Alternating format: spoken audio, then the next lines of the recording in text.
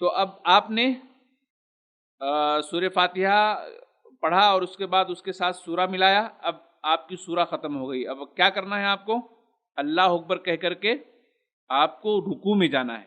اللہ اکبر کہہ کر کے آپ کو رکوع میں جانا ہے۔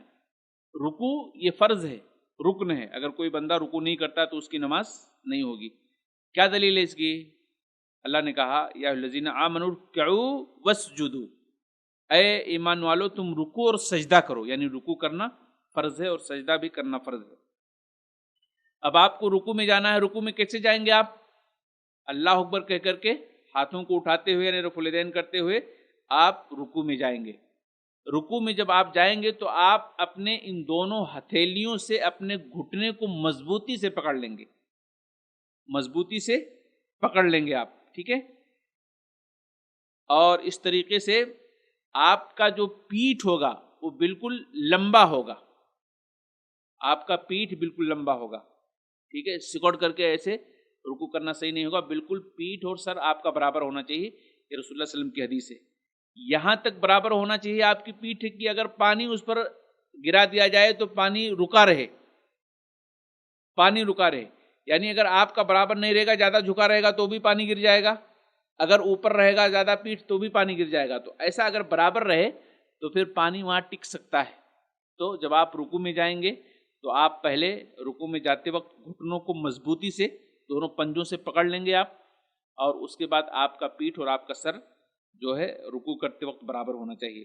یہ طریقہ ہے رکوع کا۔ اب آپ نے رکوع کر لیا، اب اس کے اندر تسبیح بھی آپ پڑھیں گے۔ اگر آپ نے تسبیح نہیں پڑھی تو پھر آپ کی نماز صحیح نہیں ہوگی، آپ کو تسبیح پڑھنی ہے۔ تسبیح کیا ہے؟ سبحان ربی العظیم، سبحان ربی العظیم۔ بہت سارے لوگ اس میں غلطیاں کرتے ہیں، سبحان ربی العظیم، سبحان ربی العظیم، سبحان ربی العظیم ایسے کہتے ہیں، یعنی وہ کیا ہے، کون سا لفظ ہے، کسی کو پتہ ہی نہیں ہے۔ اکثریت کی بات کر رہا ہوں میں، اکثر لوگ یہ سبحان ربی العظیم کیا ہے پتہ ہی نہیں ہے، بس بچپن سے رٹ لیا ہے یا سن لیا ہے، اس کے تلفظ کیا ہے، اس کے الفاظ کیا ہے، اس میں کون کون سے حرف ہیں، اس کے معنی کیا نکلتے ہیں، کچھ بھی پتہ نہیں ہے، بس پڑھتے چلے جا رہے ہیں، پڑھتے چلے جا رہے ہیں۔ میں نے ایک بار شاید سنایا تھا میں نے کہ ایک بزرگ صاحب ہے، ان کی ایج میرے خیال سے 70-80 سال ہوگی، 80 سال ہوگی، وہ حیا للصلاۃ بول رہے تھے، اذان دیتے رہتے ہیں، حیا للصلاۃ بول رہے تھے۔ تو ایک بار میں نے غور کیا کہ کیا بول رہے ہیں، تو میں ان کو بلایا اذان کے بعد، میں نے کہا کیا بول رہے ہیں آپ؟ بولے حیا للصلاۃ۔ میں نے کہا حیا للصلاۃ نہیں ہے، حیا علی الصلاۃ ہے، عین چھوڑ دے رہے آپ؟ بولے یار اب تک تو میں اتنی زمانے سے اذان دے رہا ہوں، ایسے ہی دے رہا ہوں میں، حیا للصلاۃ۔ تو میں کہنا یہ چاہ رہا ہوں کہ بہت سارے لوگ سبحان ربی العظیم بھی بولتے ہیں، سبحان ربی العظیم، ہاں بولتے ہی نہیں ہے۔ تو رکوع کی جو تسبیح ہے سبحان ربی العظیم، سبحان ربی العظیم، سبحانہ مانے پاک، اللہ کی ذات پاک ہے، ربی میرا رب، رب کے معنی رب، اور جو یا لگا ہے اس کے معنی میرا، ربی میرا رب، العظیم بڑا، سبحان ربی العظیم پاک ہے میرا رب جو سب سے بڑا ہے، میرا رب پاک ہے جو سب سے بڑا ہے، یہ اس کا معنی ہوا۔ تو اس پر بھی دھیان دینے کی ضرورت ہے، سبحان ربی العظیم، یہ جو ہے ہمیں پڑھتے رہنا چاہیے۔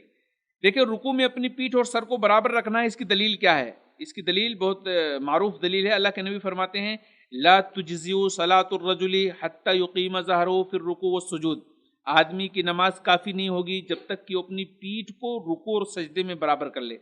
آدمی کی نماز کافی نہیں ہوگی جب تک کہ وہ اپنی پیٹھ کو رکوع اور سجدے میں برابر کر لے، یعنی ایک دم برابر ہونا چاہیے، تبھی اس کی نماز ہوگی، وگرنہ اللہ کے رسول فرماتے ہیں نماز ہی نہیں ہوگی۔ ابو داؤد اور ترمذی کی روایت ہے، یہ صحیح الجامع میں علامہ البانی نے اس کو ذکر کیا ہے، حدیث نمبر 7224 کے اندر۔ اور جو میں بتا رہا تھا کہ پانی کے حوالے سے کہ پانی اگر ڈال دیا جائے تو اس کی بھی روایت ہے، وابسہ بن معبد کہتے ہیں کہ رأیت رسول اللہ صلی اللہ علیہ وسلم یصلی فکان اذا رکع سوى ظہرہ حتی لو صب علیہ الماء لاستقر۔ وابسہ بن معبد کہتے ہیں کہ میں نے رسول اللہ صلی اللہ علیہ وسلم کو نماز پڑھتے ہوئے دیکھا تو جب آپ رکوع کرتے تو اپنی پیٹھ برابر کر لیتے یہاں تک کہ اگر اس پر پانی گرایا جاتا تو پانی بھی ٹھہر جاتا، یعنی اس طرح سے برابر آپ کو کرنا ہے۔ لیکن آپ دیکھ لیں مسجدوں کا حال دیکھ لیں آپ، اکثریت کی بات میں کر رہا ہوں، رکوع کیسا کرتے ہیں، یا تو بہت جھکے ہوئے رہتے ہیں یا بہت اٹھے ہوئے رہتے ہیں۔ دیکھیں اگر کسی کو مجبوری ہے تو بات الگ ہے، اگر کمر کا کوئی مسئلہ ہے یا اور باڈی کا کوئی پرابلم ہے، اگر وہ اپنی پریشانی کی وجہ سے اوپر نیچے ہوتا ہے، زیادہ جھکا رہتا ہے یا زیادہ اٹھا رہتا ہے، تو کوئی مسئلہ نہیں، انشاءاللہ اللہ معاف کرنے والا ہے۔ لیکن تندرستی کی حالت میں، صحت کی حالت میں اگر کوئی آدمی لاپرواہی سے ایسا کرتا ہے تو پھر اس کی نماز قابل قبول نہیں ہوتی، اس کی نماز قابل قبول نہیں ہوتی ہے۔ حدیث سے باقاعدہ اللہ کے نبی فرماتے ہیں کہ لا تجزو صلاۃ الرجل حتی یقیم ظہرہ فی الرکوع والسجود، آدمی کی نماز ہوتی ہی نہیں ہے، کافی نہیں ہوتی ہے جب تک کہ اپنی پیٹھ کو رکوع اور سجدے میں برابر نہ کر لے۔ تو اس طرح سے بہرحال تو رکوع میں آدمی کو اپنی پیٹھ کو پھیلانا چاہیے، نہ سکوڑنا چاہیے اور نہ ہی موڑنا چاہیے۔ اب آپ نے رکوع کر لیا، اچھا رکوع کتنی دیر کریں گے آپ؟ گئے اور اٹھ گئے ایسا؟ اس کا بھی طریقہ بیان ہوا حدیث کے اندر، رکوع، سجدہ اور اسی طریقے سے قومہ اور جلسہ، یہ کس طرح سے ہوگا یہ آپ دیکھیں۔ عن البراء رضی اللہ تعالیٰ عنہ قال کان رکوع النبی صلی اللہ علیہ وسلم وسجودہ واذا رفع راسہ من الرکوع وبین السجدتین قریبا من السوا۔